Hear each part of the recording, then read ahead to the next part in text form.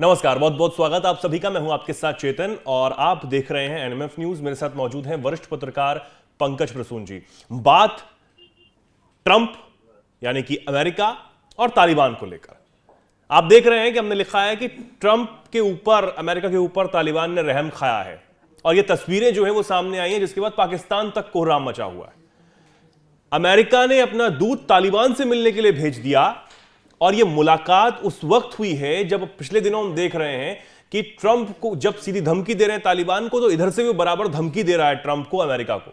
अब ये क्यों मुलाकात हुई है, क्यों दूत भेजा गया है?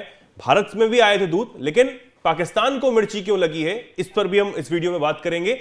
पंकज जी मेरे साथ है। पंकज जी, सबसे पहले यही शुरू करते हैं कि आखिर अमेरिका ने अपना दूत क्यों तालिबान से मुलाकात के लिए भेजा है, इसके पीछे वजह क्या है? चेतन, जो आप तस्वीरें दिखा रहे हैं ना, ये तस्वीरें साउथ एशिया के जियोपॉलिटिक्स को बदलने वाली तस्वीरें हैं।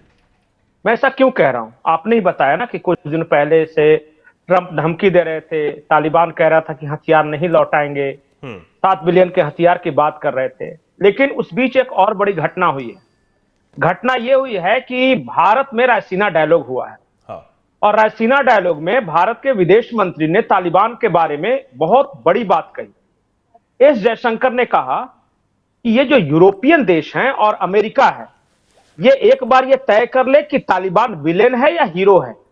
आप अपनी सुविधानुसार तालिबान को कभी विलेन बना लेते हैं, कभी हीरो बनाते हैं। जैसे देखिए, आपकी जब जरूरत हो तो आप ओस्लो में तालिबान के नेताओं के साथ बात करेंगे, दोहा में बात करेंगे और फिर कहेंगे कि तालिबान विलेन है और फिर धमकी देंगे।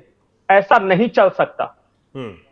दूसरी बात जो एस जयशंकर ने कही कि अफगानिस्तान को बर्बाद करने में यूरोपीय यानी वेस्टर्न कंट्रीज और अमेरिका का हाथ है जी। उन्होंने रूस को भगाने के लिए पहले फंडिंग की, कट्टरपंथी के बीज बोए वहां पे, उसके बाद उस देश को जंग की आग में झोंका है और फिर कह रहे हैं कि उसी तालिबान को सत्ता सौंप के वापस भाग गए। बिल्कुल 2021 में जिसके खिलाफ वो लड़ रहे थे। यह सच्चाई है जी। इस बात का असर हुआ। पहली बार ऐसा हुआ कि दुनिया का कोई दूसरा देश तालिबान के पक्ष में बात कर रहा था, अफगानिस्तान के पक्ष में बात कर रहा था और वो बात कर रहा था भारत। जब तुलसी गबार्ड यहां पे थी तो भारत ने कहा कि तालिबान को धमकी देकर लड़कर आपने देख लिया, अब आप इंगेज करके देखो उसे, उसका देखो क्या फायदा होता है। तो वही इंगेजमेंट की पहली कड़ी है ये। अब तक क्या होता था कि अफगानिस्तान मामले पर जब भी अमेरिका को डील करना होता था तो पाकिस्तान बिचौलिए की भूमिका निभाता था। मतलब अमेरिका पहले पाकिस्तान से बात करेगा, तब पाकिस्तान का कोई आदमी तालिबान से बात करेगा और ये मध्यस्थ की भूमिका निभाएगा। पहली बार ऐसा हुआ कि पाकिस्तान को बाईपास कर अमेरिका के दूत सीधे अफगानिस्तान पहुंचे हैं और तालिबान प्रतिनिधियों से बात कर रहे हैं जी। दूसरा एंगल देखिए, तालिबान बहुत लंबे अरसे से कोशिश कर रहा है कि दुनिया में उसके सरकार की वैलिडिटी बढ़े, मतलब कि मान्यता अलग अलग देश दे तालिबान सरकार को।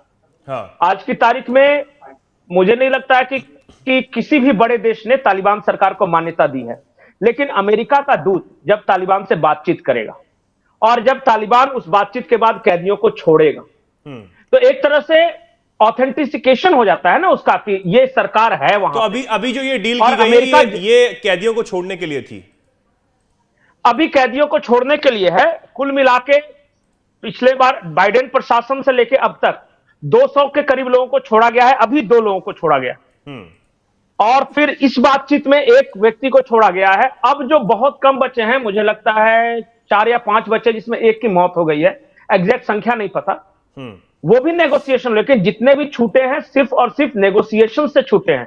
जंग लड़के आप नहीं तालिबान से जीत सकते।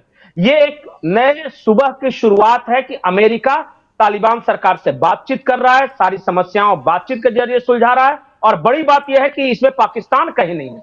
पाकिस्तान का तो असली दर्द यही है। पाकिस्तान का दर्द यह नहीं है कि तुलसी गबार्ड भारत आई या इतने देशों के इंटेलिजेंस चीफ इंडिया है, क्योंकि वो मान के चल रहा है कि इंडिया और अमेरिका के बीच अच्छे रिश्ते हैं। लेकिन पाकिस्तान को दर्द तब हुआ जब अमेरिका डायरेक्ट अफगानिस्तान से बातचीत करने लगा। बोला, अरे अब तक तो मेरे थ्रू बातचीत करता था, अमेरिका डायरेक्ट कैसे बातचीत कर सकता है। ये वहां इसी बात को लेकर कोहराम मचा हुआ। इसका मतलब इस पूरे इलाके में डोनाल्ड ट्रंप अफगानिस्तान में दूत भेजेंगे, डोनाल्ड ट्रंप भारत में दूत भेजेंगे, बांग्लादेश में दूत भेजेंगे, लेकिन पाकिस्तान को बाईपास करेंगे।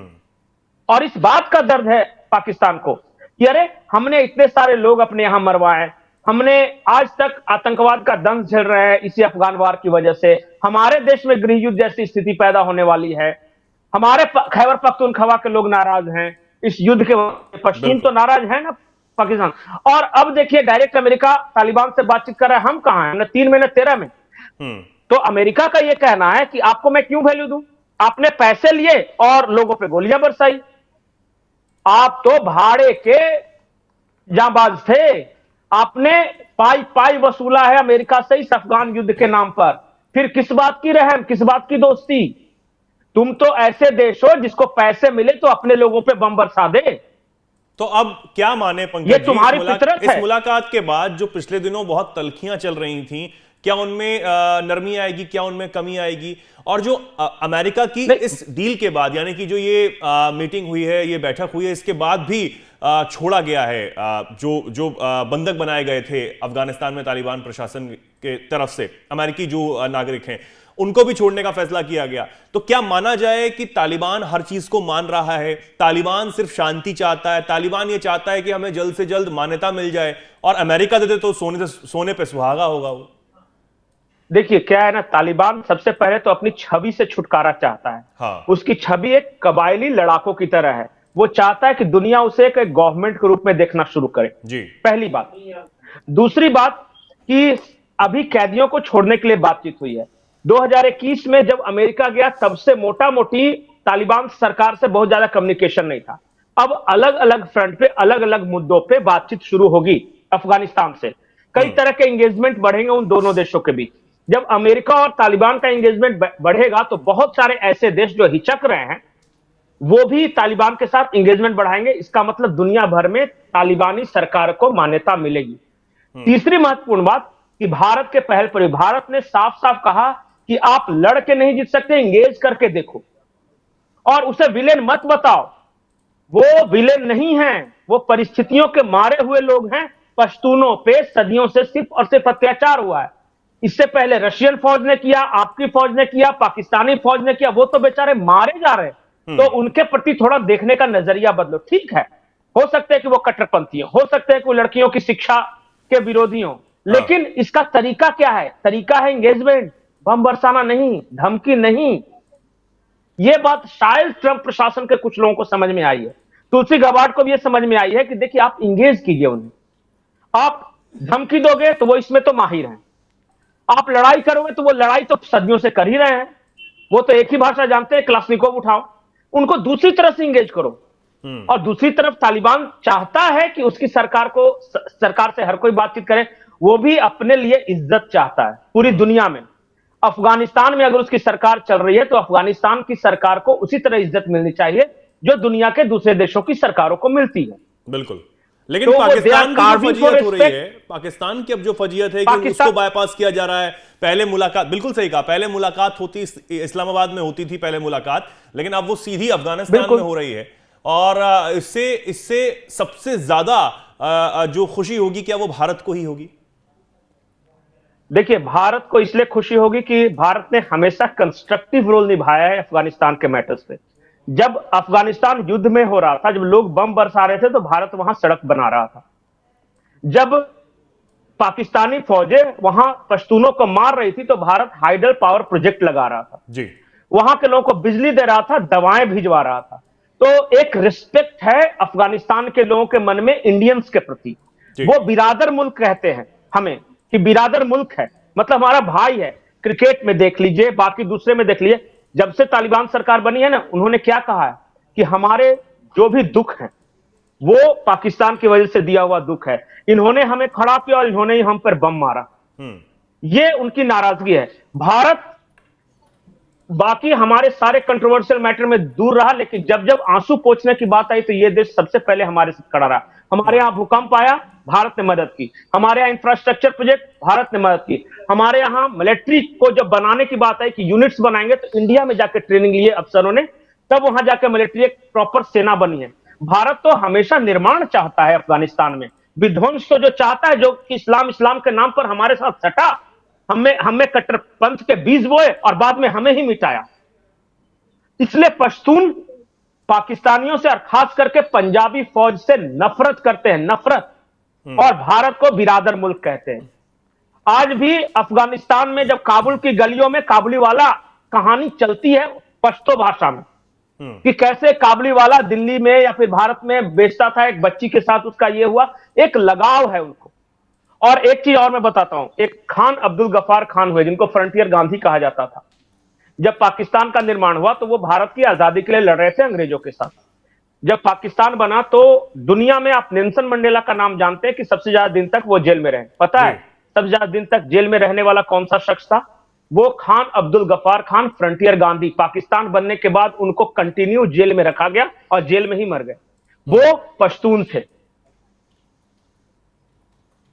अब बताइए, ये भी कहानी वहां है, उस इलाके में चलती है।